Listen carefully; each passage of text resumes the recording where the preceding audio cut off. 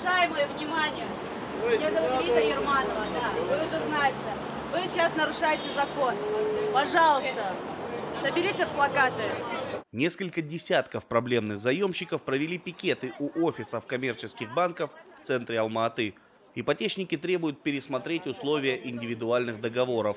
За проведением акции внимательно наблюдали силовики и представители акимата. Неподалеку дежурил СОБР, а прохожие алматинцы интересовались, что это за столпотворение в центре города. Да, они просто издеваются над людьми.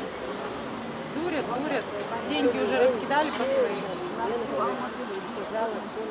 Снизить процентную ставку и продлить сроки выплат в соответствии с государственной программой рефинансирования ипотечники требуют не в первый раз.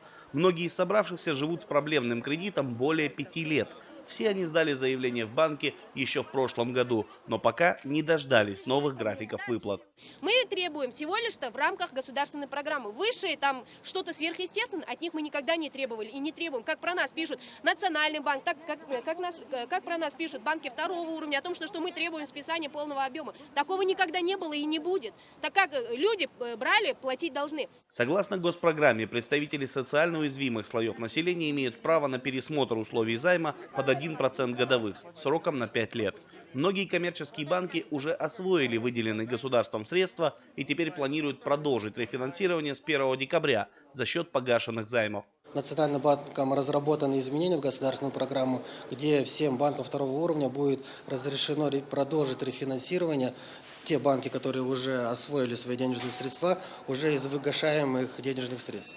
Поэтому сейчас у нас в банке создается очередность. Все заявления заемщиков рассматриваются. У нас есть соответствующие графики. Данные заемщики все будут рефинансированы, могут не беспокоиться. Однако не все проблемные заемщики подходят под условия госпрограммы, и их вопрос висит в воздухе. Мадина Аль-Хабул – залогодатель. Доверившись своей снохе, она согласилась поставить свое единственное жилье в залог. Родственница уехала за границу с деньгами, а Мадина отбивается от судебных исполнителей. В душе я не верю, что они пойдут мне навстречу, честно, потому что уже сколько раз было обещано, то, что мы что-нибудь придумаем, там, мы что-нибудь сделаем. Просто если они у меня отнимут квартиру, у меня сын, сноха, 2 детей, у них 3-2 года. Если нам просто взять за руки, выйти на улицу, и я ее честно говорю, что я уже доведена до отчаяния, вплоть до того, что я им сказала, что я акт самосожжения устроим вот здесь, вот прям. Или в своей квартире закроюсь и взорву ее к чертям, простите. В результате массовой акции достигнута договоренность по 13 заемщикам. Еще нескольким представители банков пообещали встретиться в индивидуальном порядке. На программу рефинансирования ипотечных жилищных займов было выделено 130 миллиардов тенге. Это более 370 миллионов долларов США. Крайней точкой освоения средств Национальный банк определил 1 декабря текущего года.